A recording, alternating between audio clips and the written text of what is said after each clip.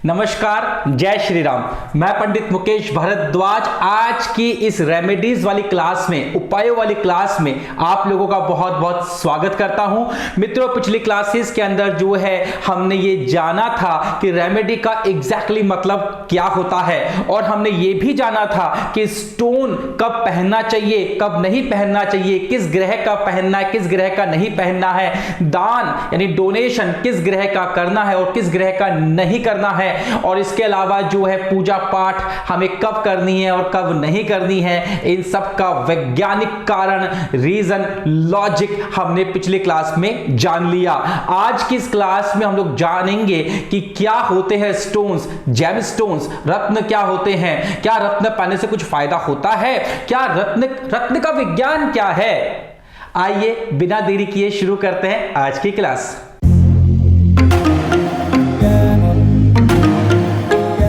मित्रों, बोर्ड के ऊपर आप देख रहे हैं कि काफी सारे रत्नों को मैंने यहां पे लगाया है, एंड आई होप सो कि कोई नीलम होगा, कोई पन्ना होगा, कोई माणक होगा, कोई पुखराज होगा। ऐसे बहुत सारे स्टोन्स के बारे में आपने सुना है, आप में से बहुत लोगों ने पहना भी होगा और इस समय पहन भी रखा होगा। बट जो स्टोन इस समय आपकी उंगली के अंदर है या आपने पेंडेंट बना के पहन रखा है, क्या वह काम कर रहा है, क्या वह काम करता है, और अगर काम करता है तो काम कैसे करता है, इसका वैज्ञानिक कारण आज हम जानेंगे।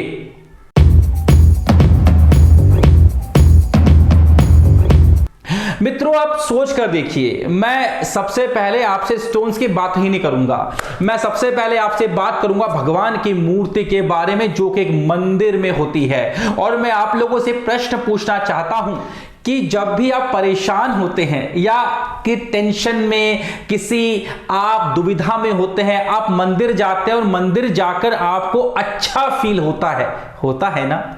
So the question goes straight away कि क्यों आपको अच्छा फील होता है, क्या है उस मंदिर में ऐसा जो कि आपको अच्छा फील करवाता है।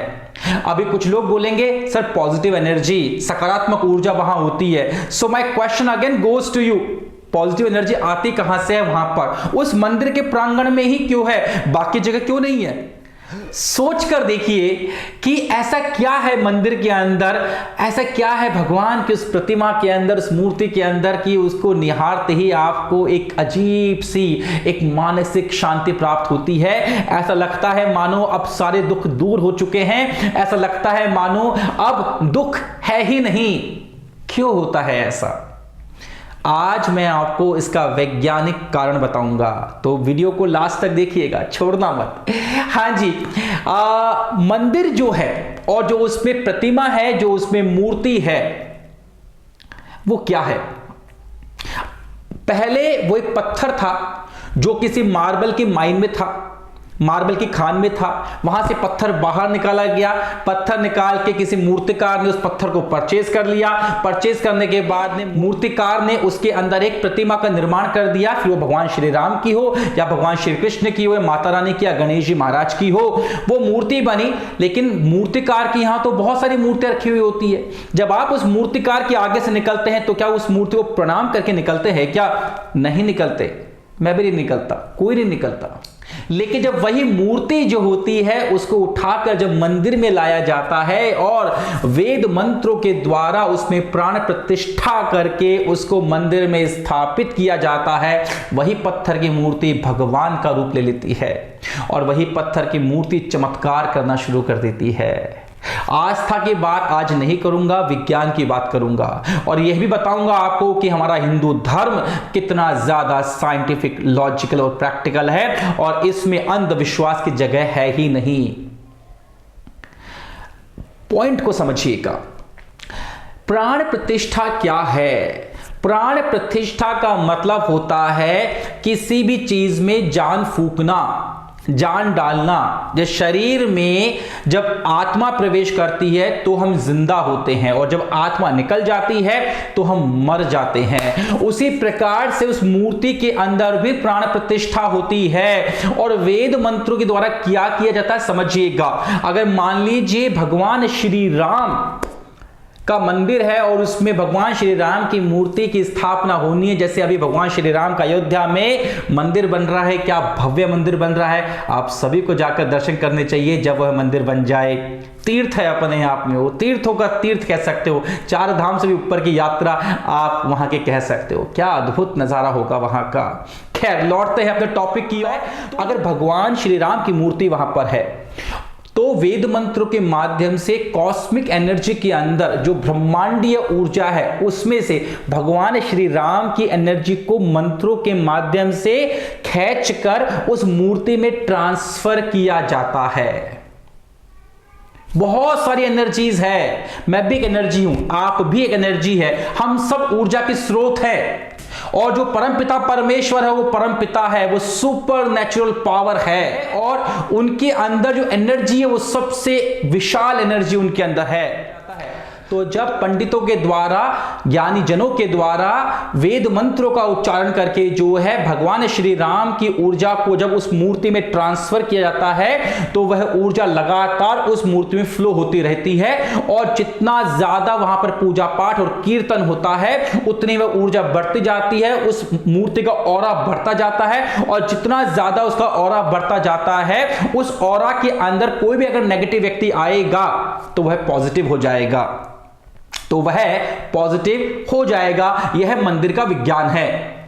इसी विज्ञान के आधार पर आज ये स्टोन्स भी आपको समझाऊंगा कि लोग कहते हैं कि आप जो है आपका बुध ग्रह कमजोर है तो आप पन्ना पहन लीजिए। चलो पन्ने पे एग्जांपल लेकर चलते हैं। लोग कहते हैं कि अगर आपका बुध ग्रह कुंडली में अच्छा है, योग कारक है, लेकिन कमजोर है तो आप एक काम कीजिए, उसका रत्न पहन लीजिए, पन्ना यानी एमरल्ड पहन लीजिए। लोग पूछते हैं कि पंडित जी पहनना कैसे हैं या ज्योतिषी जी पहनना कैसे हैं। एक ज्योतिषी पंडित हो यह आवश्यक नहीं है, वो सिर्फ एक ज्योतिषी है, कर्मकांड का ज्ञान नहीं है उसको। जो मंदिर में घंटी बजाता है ना, पूजा करता है, वो पुजारी है। यह कोई आवश्यक नहीं है कि वो पंडित हो, कर्मकांडी ब्राह्मण हो। जो लोगों के घर जाके पूजा करवाता है, अनुष्ठान करवाता है, वो पंडित जी है। यह कोई आवश्यक नहीं है कि वो ज्योतिषी भी हो। जो कुंडली पढ़ता है वो ज्योतिषी है, यह कोई आवश्यक नहीं है कि वो पंडित भी हो। जो हाथ देखता है वो पामिस्ट है, यह कोई आवश्यक नहीं है कि वो ज्योतिषी भी हो। वो पामिस्ट है, वो हस्तरेखा विशेषज्ञ है। एक जो टैरो रीडर जो होता है वो टैरो रीडर है। यह कोई आवश्यक नहीं है कि वो पंडित हो, पुजारी हो, एस्ट्रोलॉजर हो या न्यूमरोलॉजिस्ट हो। ये सब अलग अलग ब्रांचेज है। और हमारे साथ प्रॉब्लम पता है क्या है, हम लोग जो व्यक्ति हमें मंदिर में दिख गया या जिसने टीका लगा लिया, जिसने पजामा कुर्ता पहन लिया, जिसने 2 मंत्र बोल दिए, हम मानते हैं कि इसको वास्तु देखना भी आता है, ये वास्तु एक्सपर्ट भी है, ये बंदा जो है ये पंडित भी है, ये व्यक्ति जो है ज्योतिषी भी है, ये व्यक्ति हस्तरेखा भी जानता है, ये व्यक्ति सब कुछ जानता है। फिर जब उस व्यक्ति को मौका मिलता है तो भी सोचता चलो कोई बात नहीं, कोई व्यक्ति विश्वास से आया तो जितना ज्ञान मुझे है उस ज्ञान के माध्यम से उसकी हेल्प कर दी जाए। अभी कितनी हेल्प होती है और कितनी नहीं हेल्प होती है तो परमात्मा की इच्छा पर निर्भर करता है। खैर मैं टॉपिक पर लौटता हूं अपने वापस से। तो जेमस्टोन से अपन बात कर रहे हैं, तो प्राण प्रतिष्ठा जिस प्रकार से मूर्ति में होती है उसी प्रकार से प्राण प्रतिष्ठा जेमस्टोन में होती है। कुछ ज्योतिषी क्या कहते हैं, बोले एक काम करना, रात को जो है इस रत्न को जो है आप भिगो देना दूध के अंदर और सुबह उसको पहन लेना, हो गया काम।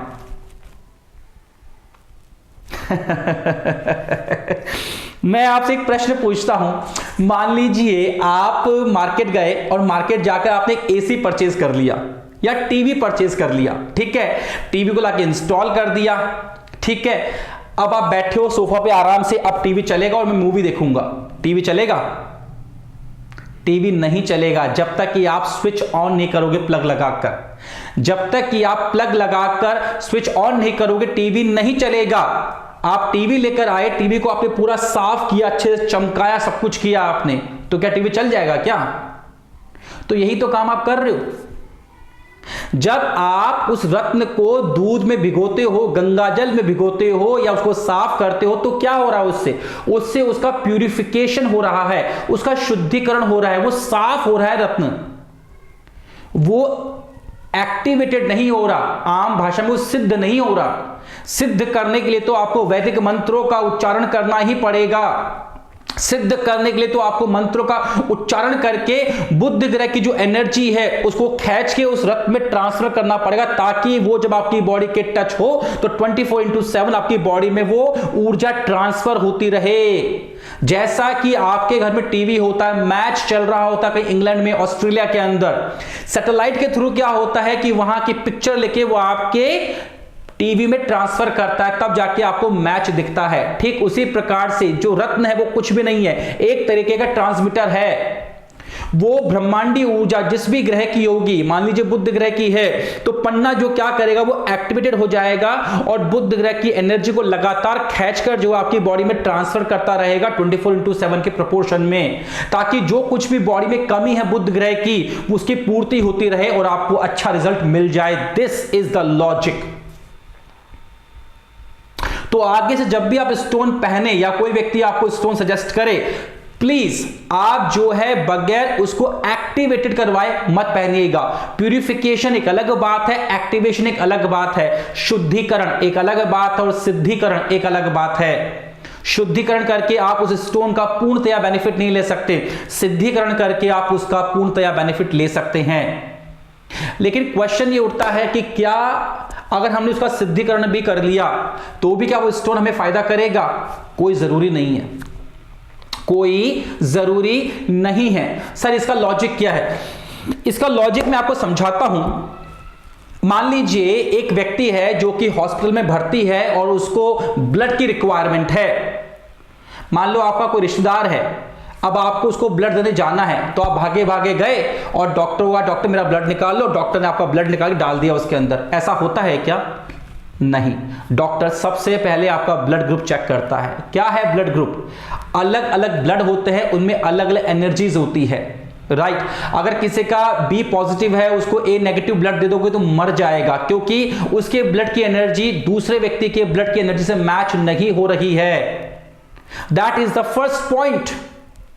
इसीलिए ब्लड ग्रुप चेक किया जाता है कि इसके बॉडी में जो ब्लड है उसकी जो एनर्जी है वो दूसरे ब्लड की एनर्जी से मैच होगी तो ये जिंदा हो जाएगा, नहीं तो ये मर जाएगा। अब मेरी बात समझिएगा। आप किसी शोरूम पे गए, किसी पंडित जी ने आपको कहा कि आप जो है स्टोन पहनिए, आप किसी शोरूम पे या किसी दुकान पर गए जहां पर जेम स्टोन मिलता है। जेम स्टोन आपने वहां गए, उस दुकानदार ने आपको 10-15 जेम स्टोन दिखा दिए कि भैया ये है, ऐसा ऐसा है, इसको देख लो। आपको जो पसंद आया उठा लिया आपने। अच्छा, ज्योतिषी जी और पंडित जी एक बात और बोलते हैं। क्या बात बोलते हैं? वो बात बोलते हैं कि स्टोन अच्छा लेकर आना। अच्छे का मतलब क्या हुआ? अंदर से विस्फोट नहीं होना चाहिए, वो क्रैक नहीं होना चाहिए, एकदम साफ पीस होना चाहिए। इसमें कोई डाउट नहीं है कि अंदर विस्फोट और क्रैक वाला काम कम करेगा, इसमें कोई डाउट नहीं है। लेकिन इसका बहुत ज्यादा इसका प्रभाव पड़ता हो ऐसा भी नहीं है। यह सिर्फ एक मार्केटिंग है, पैसा कमाने की टेक्निक है। क्योंकि जितना साफ आप रत्न लोगे वो उतना ही महंगा होता चला जाएगा। जितना वो महंगा होता जाएगा, इट डज नॉट मीन कि अगर आपने 10 लाख रुपए का स्टोन परचेज किया तो आप पे 100% काम करेगा। क्योंकि अगर ऐसा काम करता होता तो अनिल अंबानी इसको पहले पहन लेता। उस समय जब बंटवारा हुआ था मुकेश अंबानी और अनिल अंबानी के बीच में, दुनिया के 6 या 7 नंबर का सबसे रईस व्यक्ति अनिल अंबानी था। दुनिया का 6 या 7 नंबर का सबसे रईस व्यक्ति अनिल अंबानी था और आज उसका नामो निशान मिट गया है, कर्जे में है, बैंकक्रप्ट हो चुका है। तो क्या वो 10 लाख रुपए का रत्न पहन नहीं सकता था ताकि उसकी सारी प्रॉब्लम खत्म हो जाए? नहीं। स्टोन महंगा और सस्ता हो इससे कभी भी बहुत ज्यादा इफेक्ट नहीं होता, मुश्किल से 10-20% इफेक्ट होता है। लेकिन इसी के नाम पर आपको महंगे स्टोन बेचे जाते हैं और आप खरीदते हो और बाद में सोचते हो कि यार स्टोन तो काम किया ही नहीं, पूरा पैसा वेस्ट हो गया। 2 बातों पर फोकस करना जो समझा रहा हूं। पहली बात तो ये, जो स्टोन उसने आपको दिखाए हैं, विस्फोट वगैरह सब वो देख लीजिएगा अपने हिसाब से जो भी उसके अंदर है। वो जो स्टोन वहां पर है वो नेगेटिव है कि पॉजिटिव है, वो स्टोन अपने आप में नेगेटिव है कि पॉजिटिव, वो देखना बहुत जरूरी है, बहुत जरूरी है। हम सब इंसान हैं, आप भी, मैं भी, सब इंसान हैं। तो क्या सब पॉजिटिव ही है क्या? कुछ नेगेटिव भी होंगे ना। तो ये जज करना बहुत आवश्यक है कि जो वस्तु हमारे सामने पड़ी हुई है स्टोन के रूप में, वह नेगेटिव है या पॉजिटिव है। जो पॉजिटिव है उसको आपको लेना है, लेकिन अभी भी काम पूरा नहीं हुआ। जो पॉजिटिव स्टोन होगा उसको लेने के बाद उसकी एनर्जी को आपकी बॉडी की एनर्जी से मैच करना होगा कि जब ये स्टोन एक्टिवेटेड होगा तो जो इसमें से एनर्जी निकलेगी क्या वो आपकी बॉडी की एनर्जी से मैच हो रही है, नहीं हो रही है। अगर वो मैच नहीं हुई तो उल्टा नुकसान कर जाएगी वो चीज। तो हमको क्या करना पड़ता है, हमको उस स्टोन को आपकी बॉडी से मैच करना होता है, और अगर वो मैच हुई तो उसके बाद में उसको हमको एक्टिवेट करना होता है, यानी उसका सिद्धिकरण करना होता है, उसको सिद्ध करना होता है। और सिद्ध करने के बाद में एक निश्चित उंगली के अंदर जो है और एक निश्चित दिन और एक निश्चित टाइम पर उसको पहनाया जाए, तब जाकर स्टोन काम करता है। अब आपको समझ में आया कि स्टोन को पहनना कितना मुश्किल है, लेकिन चूंकि इसकी मार्केटिंग इतनी ज्यादा है, इतना पैसा बनता है इस मार्केट के अंदर कि इन सब चीजों को दबा दिया जाता है। आप में से बहुत लोग हो भी सकते हैं जो शायद स्टोन को बेचते हो इस प्रकार से, और वो शायद इस वीडियो को लाइक ना करें। It is possible, quite possible. But यहां पर हमने रियल ज्ञान की बात करनी है, नॉलेज की बात करनी है। मित्रों, क्या आप भी चाहते हैं ज्योतिष को विज्ञान के तरीके से सीखना, ज्योतिष को साइंटिफिक तरीके से सीखना, ज्योतिष को प्रैक्टिकल तरीके से सीखना, या फिर वास्तु सीखना साइंटिफिकली, लॉजिकली एंड प्रैक्टिकली? तो मित्रों, माय गुरुजी क्लासेस की ओर से हर 15 डेज के अंदर ज्योतिष और वास्तु के लिए नए नए बैच स्टार्ट किए जाते हैं। आप सभी लोग जो है कॉन्टैक्ट कर सकते हैं बैचेस को ज्वाइन करने के लिए। इसके अलावा अगर आप ज्योतिष या वास्तु से रिलेटेड किसी भी प्रकार की कंसल्टेंसी चाहते हैं तो भी आप हमसे नीचे दिए गए नंबर पर संपर्क कर सकते हैं। नंबर है 7878395688, या फिर आप दूसरे नंबर पर संपर्क कर सकते हैं 8104730750। इसके अलावा आप जो है हमें ईमेल भी कर सकते हैं mygurujiclasses@gmail.com। इसके अलावा आप प्ले स्टोर पर जाकर माई गुरुजी क्लासेस ऐप भी डाउनलोड कर सकते हैं, जहां पर आपको सभी प्रकार की इंफॉर्मेशन मिल जाएगी। तो मित्रों, लेट्स सी यू देयर। जय श्री राम।